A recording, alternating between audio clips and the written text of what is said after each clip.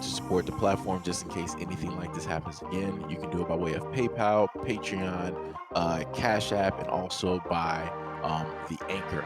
And you can also further support the platform by way of going to the Teespring store or the shoe store that is located in the comment section below.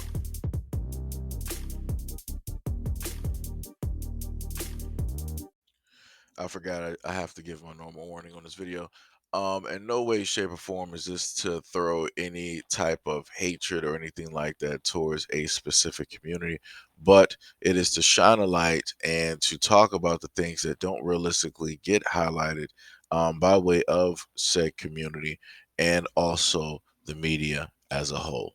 On January 4th, Fox 19 reported that the Hamilton County Sheriff's Office was investigating an alleged rape that had taken place between two detainees at the county jail. The perpetrator was described as a trans-identified male who had been sharing a cell with the female detainee. The HCSO had the male detainee listed as a female for the purposes of their classification. While neither parties were named the identity of the alleged perpetrator after speaking with the sheriff's office. Michael Cole, also known as Michelle, was in the Justice Center awaiting trial after having been deemed a violator at large by the Ohio Department of Rehabilitation and Corrections. Cole had escaped a local halfway house and had been placed in custody after being located by authorities. Cole has a lengthy criminal history spanning multiple states and a perplexing track record of court documents referring to him both by male and female pronouns. In 2011, Cole was charged in Indiana for operating a vehicle while intoxicated or drunk driving and was to serve time at Steuben County Jail. The next year, Cole was indicted as a fugitive in Ohio and later appeared in Indiana's Steuben Circuit Court for his failure to return to lawful detention following his drunk driving charges. He was sentenced to serve time at a local county jail. According to a Cleveland.com report, Cole has had other felony convictions dating back to 2012, including for robbery, domestic battery, and receiving stolen property. In 2017, Cole and his then fiancée were indicted on charges related to the 2016 erasing another trans-identified male Cole had met through a transgender support group on Facebook.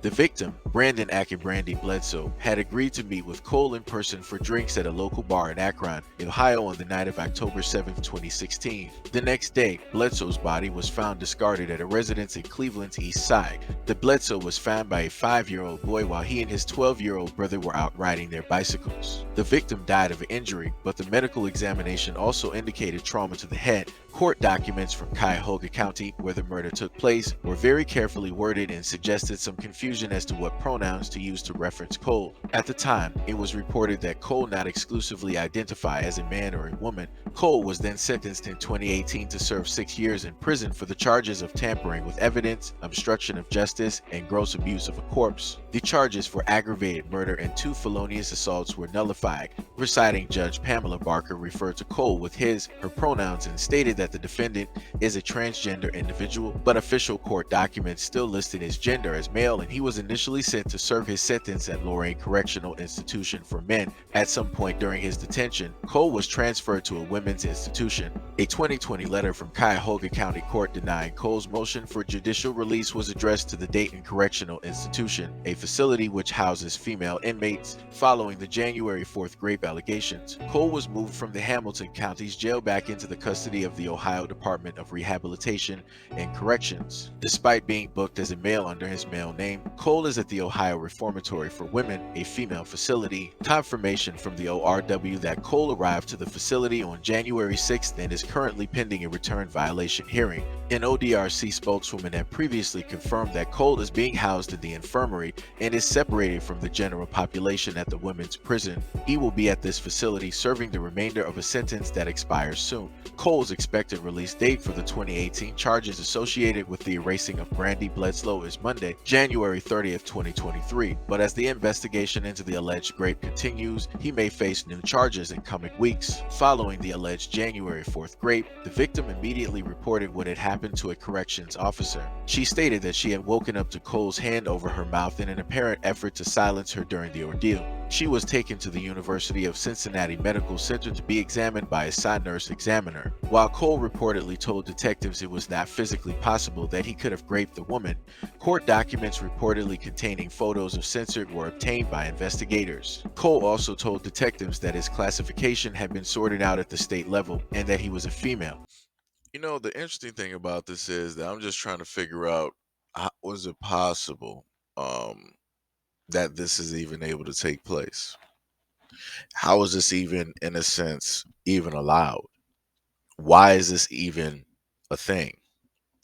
And the one main thing that I can, in a sense, remember is that you've had a lot of women over the years advocate for, specifically lift up, and try to support individuals such as this, not knowing if they have a history, not knowing if mentally they have an ulterior motive, not knowing if these people are going to specifically come directly after them. And this is what you were able to hear from the article. You heard that this individual did a variety of things to women that will forever change them.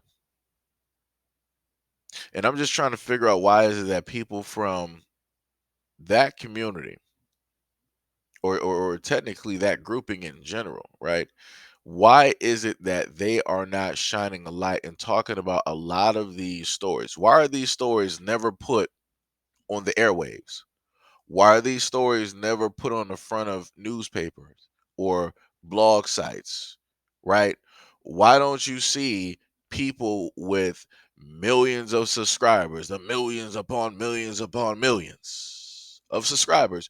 Why aren't they putting this in stories like this directly out there so that people are made aware of the potentiality of the things that are specifically going on, of the things that are being swept directly under the rug, of the things that could happen in a business or a city or town or state or a neighborhood near you?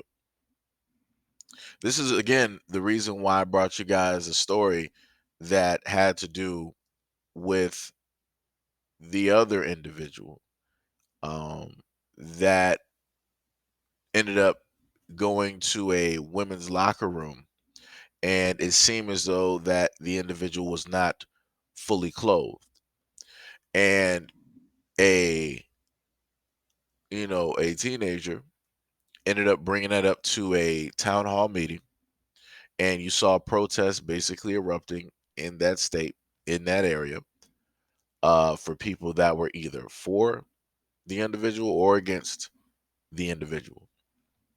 And the main thing that I keep telling people for the longest time possible is that I get it. A lot of y'all not going to care up until it hits home, and that's when it's going to be too late, because it's not going to matter then. Once it hits home, it's already over. It's done. It is 1,000% done. It is nothing you're going to be able to do to basically stop it. But because it's not home yet, you have all of the time in the world to actually make sure that it doesn't happen, that it doesn't hit home. You have the right to sit up there and protect your family from a lot of the things that are specifically out here that do not get taught directly in your household. The one main thing that has been toted directly out here is that if you do not support specific groups, then you are a hater. You are hating. You have some type of hatred, some type of loathing for said groups, and that just doesn't make any type of sense. It's like the main people who want to say that they are being bullied are the main ones bullying people. If I say that I like certain vegetables, does that mean that I hate the other vegetables? No. That just means I like these certain vegetables. That's what I'm going with. That's what I'm going to sit up there and eat. If I sit up there and say I just only like burgers, and I don't like pizza, I don't like pasta, I don't like any of the other foods out here, does that mean I'm a hater of the other foods? No. That just means that I specifically like this food. It is what it is, and that just is what it is. Nobody should be coming from like an Italian restaurant talking and holding up signs talking about, hey, these people, I'm against people who don't want to sit up there and eat pasta. You need to sit up there and try it. You need to sit up there and come here. You need to sit up there and patronize us. Stop only eating burgers. That doesn't make sense. That doesn't make sense. We don't do this for everything else. You don't see children doing this when it deals with cartoons, when it deals with shows, when it deals with music. You don't see kids doing this. It is what it is. If your favorite color is blue, then your favorite color is blue. I'm not going to try to persuade you to like all the other colors in the rainbow or to seek out another color that you may like. I'm not going to do that. It doesn't make sense. Why? Because it has nothing to do with me. It has nothing to do with my life. However it is that you want to live your life, that is great. As long as you are not harming or inflicting anything on anybody else, it is completely cool. Go ahead, do you. Whatever it is. Be a tree if you want to.